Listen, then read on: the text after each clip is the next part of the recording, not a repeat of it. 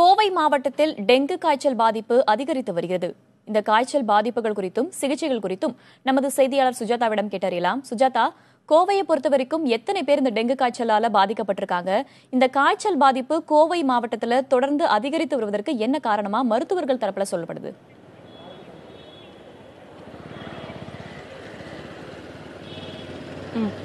கேரளாவில் பெய்து வரும் தென்மேற்கு பருவமழையின் காரணமாக இந்த கேரளாவில் ஒட்டியுள்ள இந்த கோவை மாவட்டம் முழுவதும் காலநிலையில் என்பது கடந்த ஒரு மாதங்களாக மாற்றங்களே உள்ளது. குறிப்பாக காலையில் வெயில் அதிகமாகவும் மாலை நேரத்தில் இதமான சூழலில் நிலவுகிறது. இதன் காரணமாகவே கடந்த ஒரு மாதமாகவே கோவை மாவட்டம் முழுவதும் காய்ச்சலின் பாதிப்பு அதிகரித்தே வருகிறது. இன்றைய நிலவரப்படி கோவை அரசு மருத்துவக் கல்லூரி மருத்துவமனையில் டெங்கு பாதிப்பின் காரணமாக 26 பேர் அனுமதிக்கப்பட்டுள்ளனர். மேலும் வைரஸ் காய்ச்சல் காரணமாக 183 நோயாளிகள் அனுமதிக்கப்பட்டு சிகிச்சை பெற்று வருகின்றனர். குறிப்பாக இந்த காய்ச்சலின் எண்ணிக்கை என்பது கோவை அரசு மருத்துவமனையில் தற்பொழுது அதிகரிப்பதற்கு முக்கிய காரணமாக மருத்துவர்கள் தரப்பில் தெரிவிப்பது தனியார் மருத்துவமனைகளுக்கு சில கட்டுப்பாடுகள் விதிக்கப்பட்டதன் காரணமாகவே இந்த காய்ச்சல் எண்ணிக்கை என்பது அரசு மருத்துவமனையில் அனுமதிக்கப்பட்டுள்ளதாக கூறப்படுகிறது.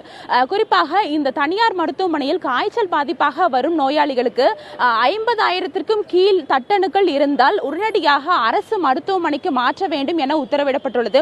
அதன் காரணமாகவே தனியார் மருத்துவமனையில் காய்ச்சல் பாதிப்பு அதிகரிப்பவர்களின் எண்ணிக்கை அதிகமாக இருந்தால் உடனடியாக அரசு மருத்துவமனைக்கு மாற்றப்படுகின்றனர். இதன் காரணமாக தற்பொழுது இந்த காய்ச்சல் பாதிப்பு அதிகரித்து வருகிறது. குறிப்பாக இந்த அந்த நோயாளிகளின் எண்ணிக்கை அதிகரித்தாலும் இங்கு காய்ச்சலுக்கென தனி வார்டு அமைக்கப்பட்டுள்ளது. அந்த வார்டு முழுவதுமாகவே தற்பொழுது நிரம்பியுள்ளதாகவே கூறப்படுகிறது. மேலும் டெங்குவுக்கு என தனி வார்டு ஒதுக்கப்பட்டுள்ளது. எனவே டெங்கு வார்டில் உள்ளவர்களுக்கு தனியாக சிகிச்சை அளிக்கப்பட்டு வருகிறது. மேலும் குறிப்பாக இந்த டெங்கு பாதிப்பால் இறப்பவர்களின் எண்ணிக்கை அதிகரிப்பதற்கு முக்கிய காரணமாக கூறப்படுவது டெங்குவால் பாதிக்கப்பட்டவர்கள் இரத்தப்போக்கின் காரணமாகவே அதிகமாக உயிரிழக்கின்றனர். எனவே இந்த இரத்தப்போக்கை தடுப்பதற்காக டெங்குவால் பாதிக்கப்பட்டவர்களுக்கு அவ்வப்பொழுது இரத்தமானது வழங்கப்பட்டு வருகிறது.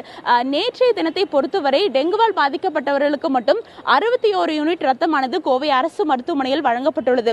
எனவே இந்த ரத்தத்தின் தேவை அரசு மருத்துவமனையில் இருந்த போதிலும் தொடர்ந்து இந்த பாதிப்புகள் இருக்கும் பட்சத்தில் ரத்தத்தின் தேவை என்பது மேலும் அதிகரிக்கும் என மருத்துவர்கள் தரப்பில் தெரிவிச்சிருக்காங்க.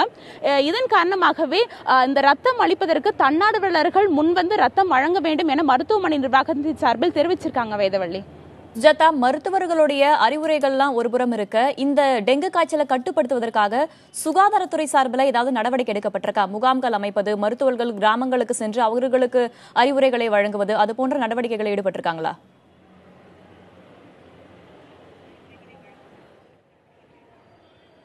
கண்டிப்பாக வேதவள்ளி, குறிப்பாக இந்த டெங்குவின் காரணமாக அதிகமாக வருபவர்களின் எண்ணிக்கை என்பது சற்று அதிகமாகவே கடந்த சில நாட்களாக அதிகரித்து வருகிறது. குறிப்பாக இதற்கு முக்கிய காரணம் காய்ச்சலின் பாதிப்பு ஆரம்ப கட்ட நிலையிலேயே இருக்கும் பொழுது இவர்கள் மருந்தகங்களுக்கு சென்று சுய மருத்துவம் மேற்கொள்கின்றனர். இதன் காரணமாகவே ஒரு வாரத்திற்கு பிறகு காய்ச்சலின் பாதிப்பு எப்பொழுது தீவிரமடைகிறதோ அப்பொழுதுதான் மருத்துவரை அணுகின்றனர். எனவே இது குறித்து பொதுமக்களிடையே விழிப்புணர்வை ஏற்படுத்துவதற்காக ஆங்காங்கே சுகாதாரத்துறை சார்பாக பல்வேறு குழுக்கள் அமைக்கப்பட்டுள்ளது. குறிப்பாக இந்த டெங்கு பாதிப்பு என்பது டெங்கு காய்ச்சல் எவ்வாறு வருகிறது, டெங்கு காய்ச்சல் வரும் பொழுது உடனடியாக என்னென்ன மாதிரியான சிகிச்சைகள் மேற்கொள்ள வேண்டும், எந்த மாதிரியான மருத்துவர்களை அணுக வேண்டும் என்பது குறித்து இவர்கள் ஆங்காங்கே விழிப்புணர்வை பொதுமக்களை நேரடியாக சென்று விழிப்புணர்வை ஏற்படுத்தி வருகின்றனர். அது மட்டுமல்லாது இந்த காய்ச்சல் பாதிப்பு வந்தால் உடனடியாக இந்த காய்ச்சலை கட்டுப்படுத்துவதற்காக குறிப்பாக அரசு மருத்துவமனையில் அனுமதிக்கப்பட்டவர்களின் விவரங்கள் சேகரிக்கப்பட்டு அந்த இடத்திற்கு நேரடியாக சென்று அந்த பகுதிகளில் காய்ச்சலை கட்டுப்படுத்துவதற்காக மருத்துவ குழுக்களானது அமைக்கப்பட்டுள்ளது. இந்த மருத்துவ குழுக்களில் ஒரு மருத்துவர்கள் ஆய்வாளர்கள் ஆனது நேரடியாக அந்தந்த பகுதிகளுக்கு சென்று உடனடியாக அங்குள்ளவர்களுக்கு சிகிச்சைகள் மேற்கொண்டு அவ்வப்பொழுதே மருந்துகளானது வழங்கப்படுகிறது. எனவே இது போன்ற பல்வேறு நடவடிக்கைகள் சுகாதாரத்துறை சார்பாக எடுக்கப்பட்டு வந்தாலும் பொதுமக்களுக்கு இவர்கள் முக்கியமாக அறிவுரையாக வைக்கப்படுவது பொதுமக்கள் யாரும் சுய மருத்துவம் மேற்கொள்ளாமல் உடனடியாக மருத்துவரை அணுக வேண்டும் என்பதை முன்வைக்கின்றனர். மேலும் காய்ச்சல் பாதிப்பின் காரணமாக இங்கு கோவை அரசு மருத்துவக் கல்லூரி மருத்துவமனைக்கு வரும் அனைவருக்கும் டெங்குக்கான பரிசோதனையானது செய்யப்படுகிறது. எனவே டெங்கு காய்ச்சலை கட்டுப்படுத்துவதற்காகவும் இவர்கள் நடவடிக்கைகளை மேற்கொண்டு வருகின்றனர். வேதவள்ளி, கோவை மாவட்டத்தில் டெங்கு காய்ச்சல் பாதிப்பு அதிகரித்து வருகிறது. இது தொடர்பான தகவல்களை தந்தமைக்கு நன்றி சுஜாதா.